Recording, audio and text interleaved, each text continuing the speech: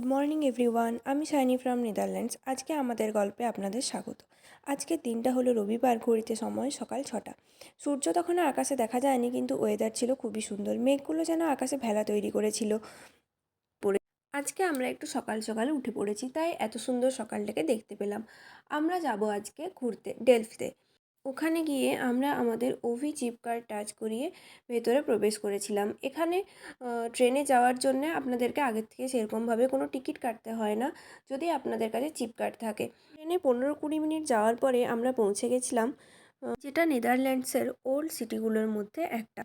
এই শহরের অনেক রাস্তায় এই রকম ক্যানেল রয়েছে, যা তীরগুলি ব্রিজ দ্বারা সংযুক্ত রয়েছে, যা এই শহরটিকে একটি উল্লেখযোগ্য পর্যটন কেন্দ্রে পরিণত করেছে। এছাড়াও এর ক্যানেলের ওপর দিয়ে বোট চলাচল করে, যার মাধ্যমে আপনি পুরো শহরটিকে ঘুরে দেখতে পারেন। পায়ে হেঁটে তো আর এতটা ঘুরে দেখা সম্ভব না, আর এই বোটের টিকিট আপনি এখান থেকেই সংগ্রহ করতে পারবেন।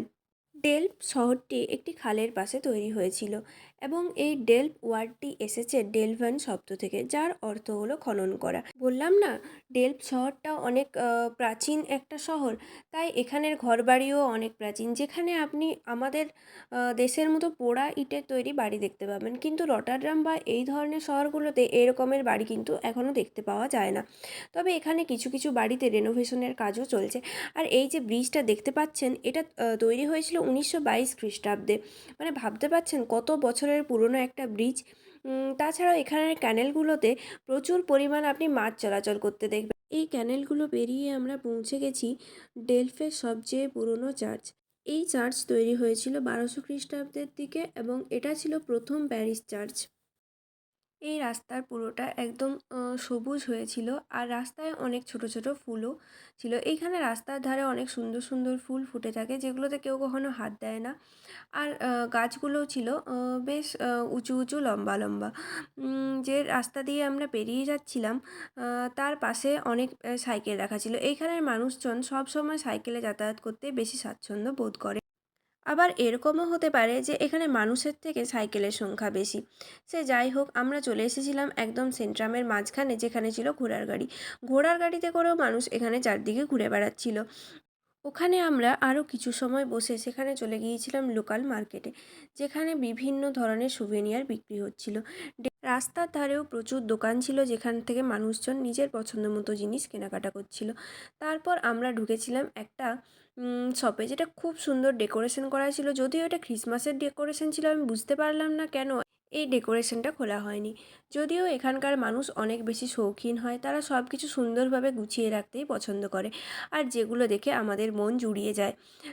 এর প্রত্যেকটা জিনিস অনেক বেশি এক্সপেন্সিভ ছিল দেখে মনে হচ্ছিল। আর এখানে একটা হোয়াইট কালারের পোলার বিয়ার রাখা ছিল। তাছাড়াও আরও বিভিন্ন রকমের জিনিস ছিল, অত ভালো করে দেখার মতো সময় ছিল না। আমরা ওই দোকান থেকে বেরিয়ে যাই। রাস্তায় হাঁটতে হাঁটতে দেখি রাস্তার এক পাশে সুন্দর সুন্দর বাড়ি, মাঝখান দিয়ে ক্যানেল, আর এক পাশে আছে সুন্দর সুন্দর দোকান।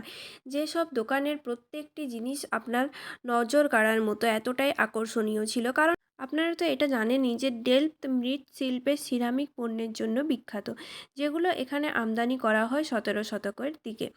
এক পেন্টার জোহান্স ভার্মিয়ার এখানে জন্মগ্রহণ করেছিলেন। ভার্মিয়ার তার পেন্টিংগুলিতে সাবজেক্ট হিসেবে ডেলফের রাস্তা এবং বিভিন্ন বাড়ির অভ্যন্তরীণ জিনিসকে ব্যবহার করতেন। এছাড়াও এখানে সুভেনিয়ার হিসেবে বিভিন্ন ধরনের কাপ, প্লেট, মগ, কোস্টার।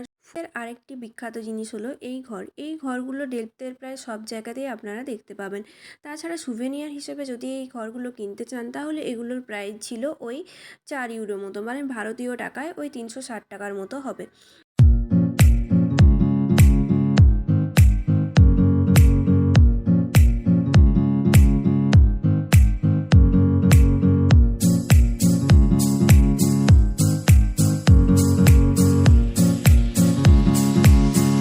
যেহেতু এই শহরের চারদিকে প্রচুর ক্যানেল রয়েছে, তাই এখানকার মানুষজন জলপথে ঘুরে বেড়াতেও অনেক বেশি স্বাচ্ছন্দ্য বোধ করেন।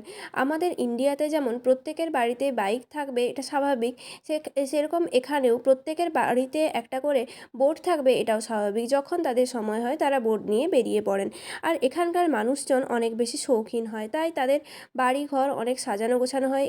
বাড়ির বাইরে সবাই সুন্দর সুন্দর গাছ লাগিয়ে রাখেন এবং বসার জায়গা করে রাখেন। যদিও বসার জায়গা করে রাখবেন নাই বা কেন, এখানকার ওয়েদার এত সুন্দর থাকে যে বাইরে বেরোলেই মন ভালো হয়ে যাবে। যদিও সবসময় ভালো থাকে সেটা বলা যায় না, কারণ শীতকালে এত প্রচণ্ড পরিমাণ শীত থাকে যে মানুষজন বাইরে বেরোতেই পারবে না। তাই তারা এই সামার টাইমটাকে অনেক বেশি এনজয় করে নেয়।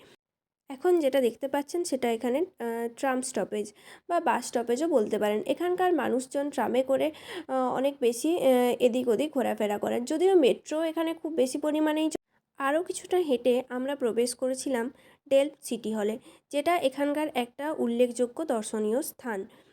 এই সিটি হলের বাইরে প্রচুর দোকান রেস্টুরেন্টও ছিল এবং মানুষ বসে খাওয়া দাওয়া করছিল। এখানে তো আর ইন্ডিয়ার মতো টেস্টি টেস্টি খাবার পাওয়া যায় না, তবে এখানে যে ধরনের খাবার পাওয়া যায় তার মধ্যে ব্রেড, স্যান্ডউইচ, ফ্রাইজ এগুলোই খেতে হয়। এতক্ষণ তো আপনাদেরকে দেখাচ্ছিলাম এখানকার লোকাল মার্কেটে কী কী পাওয়া যায়। এরপর আপনাদেরকে নিয়ে যাব এখানকার কিছু বড় বড় সুভিনিয়ার শপে, যেগুলো দেখে আপনাদের মন জুড়িয়ে যাবে। যদিও এখানকার বেশিরভাগ জিনিসই ব্লু অ্যান্ড হোয়াইট থিমের ওপরে তৈরি হয়, কিন্তু আরও অন্যান্য জিনিসও পাওয়া যায়। তবে এখানকার জিনিসপত্র দেখে মনে হবে যে সব নিয়ে বাড়ি চলে যাই। প্রত্যেকটি জিনিস এতটাই সুন্দর, নিখুঁত, না দেখলে বিশ্বাস করতে পারবেন না।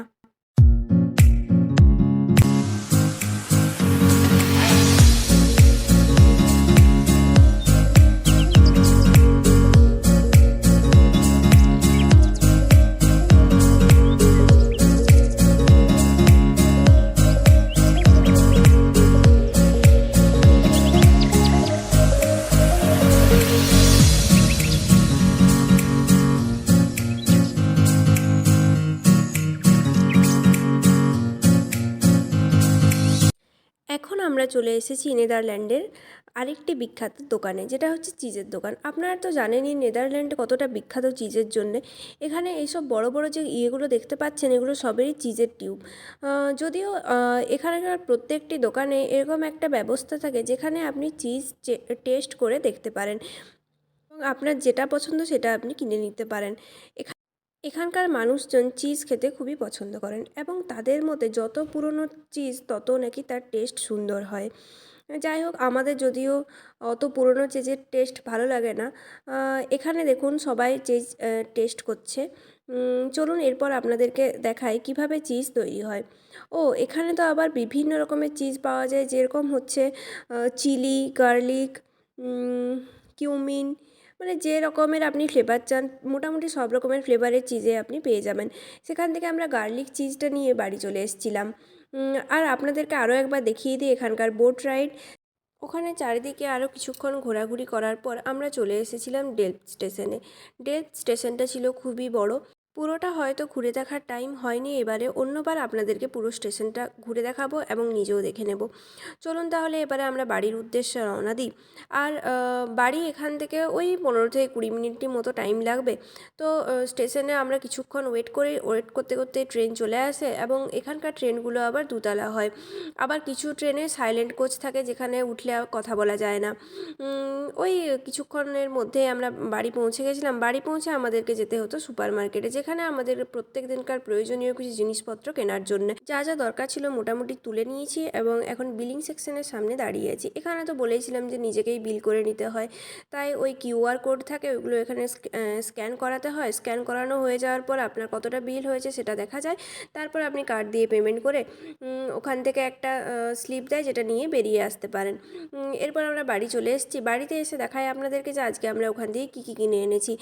ও আচ্ছা, এখানে আছে বানানা চিপস, আর ছিল ব্রেড, ওগুলো ছিল ক্রোসেন্ট, আর এটা ছিল চিজ, যেটা নাকি 50 ইয়ার্সের পুরনো দোকান। ভাবতে পারছেন? এই চিজ, এটা গার্লিক চিজ ছিল। যদিও খেতে তো আমার একদমই ভালো লাগেনি, তাও কিনে এনেছি, কী আর করা যাবে। এই চিজগুলো অনেক বেশি হার্ড হয় আর অনেকটা স্মেলও থাকে। যাই হোক, বসে পড়ি বিকেলের চা নিয়ে। চা ছাড়া তো দিন কাটবে না, সেটা তো আগেই বলেছি। আর চায়ে ছিল আজকে ব্রেড আর চিজ স্টিক্স। চিজ স্টিক্সগুলো খেতে অনেকটা ক্রাঞ্চি টাইপের হয়। চায়ের সাথে খেতে তো মন্দ লাগে না।